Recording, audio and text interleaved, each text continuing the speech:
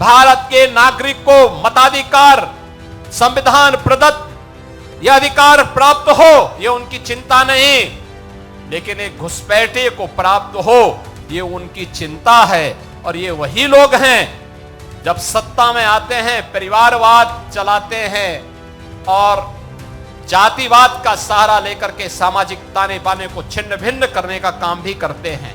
अगर हमें विकसित भारत के सपने को साकार करना है तो उन षड्यंत्रों से हमें हमेशा सावधान होना होगा जो षड्यंत्र हमें बांटने का काम कर रहे हैं, जाति के नाम पर, क्षेत्र के नाम पर, भाषा के नाम पर।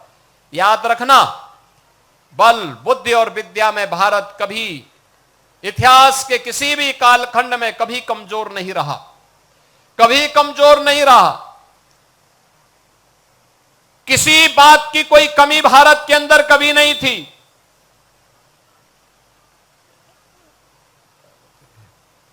लेकिन जो लोग विकसित भारत नहीं चाहते, जो लोग समर्थ भारत नहीं चाहते, जो लोग सशक्त भारत नहीं चाहते,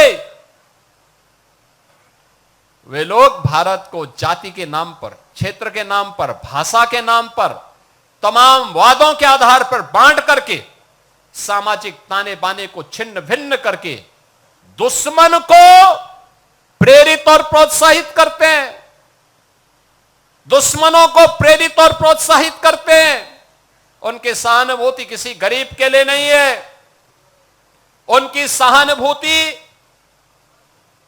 देश के लिए नहीं है, उनकी सहानुभूति उन लोगों के प्रति होती है जो घुसपैठिए के रूप में भारत के नागरिकों के हक पर डकैती डालने का काम कर रहे हैं। यह दृश्य आज देख रहे होंगे, यह दृश्य आज भी आप देख रहे होंगे। भारत के नागरिक को मताधिकार, संविधान प्रदत्त यह अधिकार प्राप्त हो, यह उनकी चिंता नहीं, लेकिन एक घुसपैठे को प्राप्त हो, यह उनकी चिंता है। और ये वही लोग हैं जब सत्ता में आते हैं परिवारवाद चलाते हैं और जातिवाद का सहारा लेकर के सामाजिक ताने बाने को छिन्न भिन्न करने का काम भी करते हैं। याद रखना, इतिहास के किसी भी कालखंड में जब भी हम इस प्रकार की प्रवृत्ति के तत्वों के चंगुल में फंसे, भारत को इसकी बड़ी कीमत चुकानी पड़ी है, बड़ी कीमत चुकानी पड़ी है। क्यों विदेशी हमलावर भारत पर हावी होते गए? ऐसा नहीं कि हमारे पास योद्धाओं की कमी रही हो, हमारे पास बल या बुद्धि या वैभव की कमी किसी स्तर पर रही हो। भारत गुलाम हुआ इसलिए क्योंकि एक ऐसी उस समय कुछ ऐसी ताकतें थी जो बांट रही थी, जैसे आज कुछ राजनीतिक दल फिर बांटने का काम कर रहे हैं। ये विभाजन हमारी कमजोरी का कारण था। इस विभाजन से फिर से बचने की आवश्यकता है।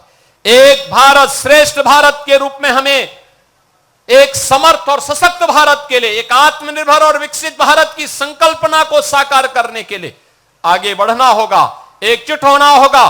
कारगिल विजय दिवस का संदेश यही है, जिन वीर सैनिकों ने अपना बलिदान दिया है उनकी प्रेरणा यही है कि हम एक भारत और श्रेष्ठ भारत के माध्यम से ही एक सशक्त और समर्थ भारत की परिकल्पना को साकार कर सकते हैं।